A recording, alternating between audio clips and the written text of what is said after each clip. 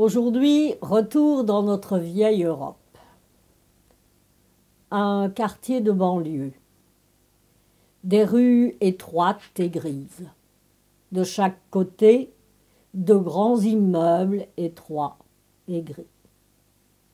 En haut d'un de ces immeubles, tout en haut d'un escalier étroit et gris, une mansarde.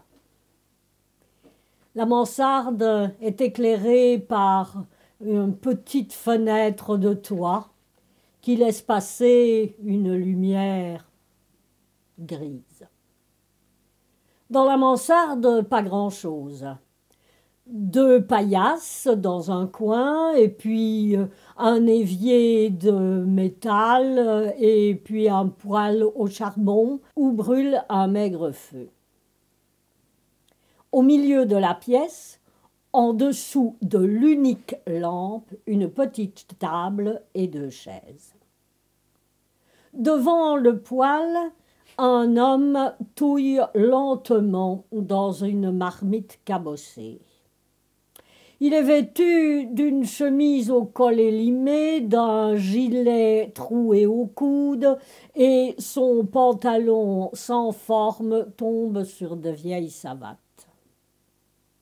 La porte s'ouvre. Un homme entre. Il enlève un pardessus avachi auquel il manque des boutons et l'accroche à un clou planté au mur. Il porte un sac de toile qu'il dépose sur la table. L'autre prend la marmite dans laquelle il mélange sa soupe, la pose sur la table, va chercher 2 assiettes ébréchées et 2 cuillères. Les 2 hommes s'attablent l'un en face de l'autre. « T'as pu avoir quelque chose ?»« Rien grand-chose, sais-tu. Il n'y a plus moyen, hein. Les commerçants, ils ne veulent plus nous faire crédit, ils savent bien hein, qu'on n'a pas de sous.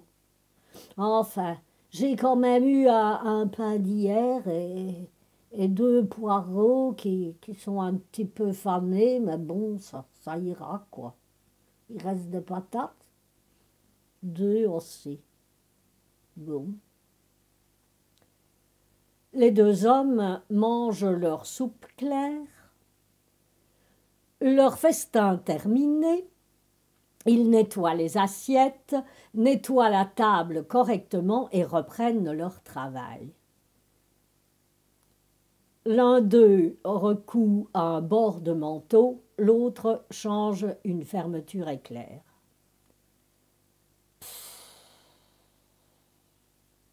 Si seulement on pouvait retrouver des clients, là. Mais, penses-tu, hein? Maintenant, il leur faut du prêt-à-porter. Ouais. Nous, on est juste bon à recoudre les boutons et à raccourcir les manteaux.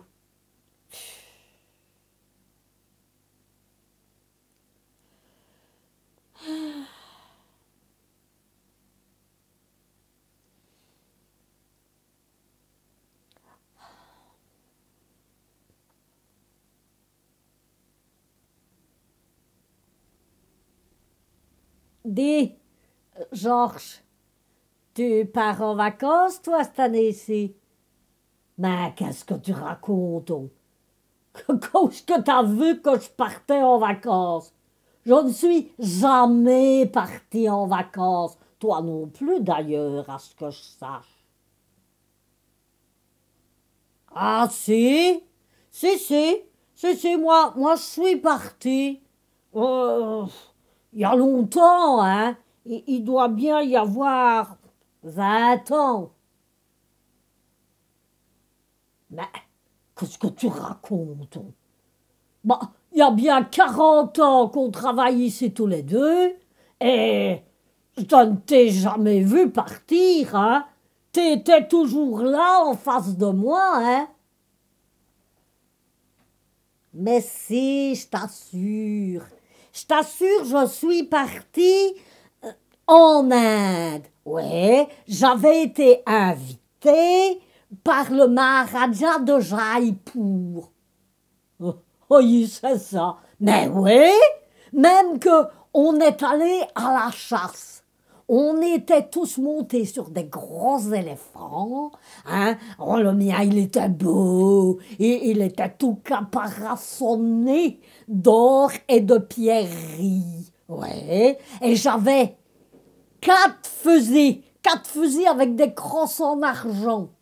Mais seulement, hein, à un certain moment, ben, mon éléphant, il a été retardé parce que sur son chemin, il y avait des racines. Et alors, il ne savait pas bien marcher. Et on s'est retrouvés tout seuls, isolés.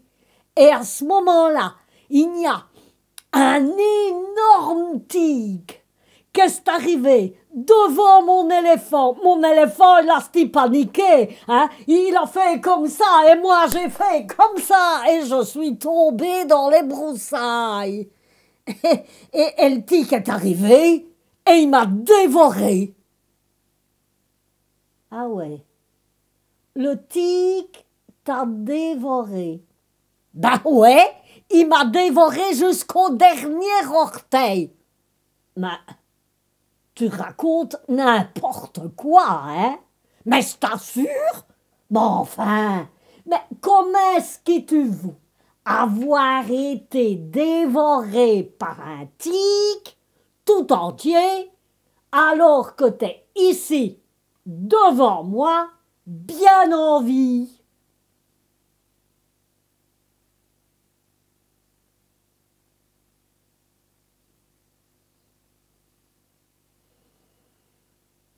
Parce que t'appelles ça une vie, toi? À demain?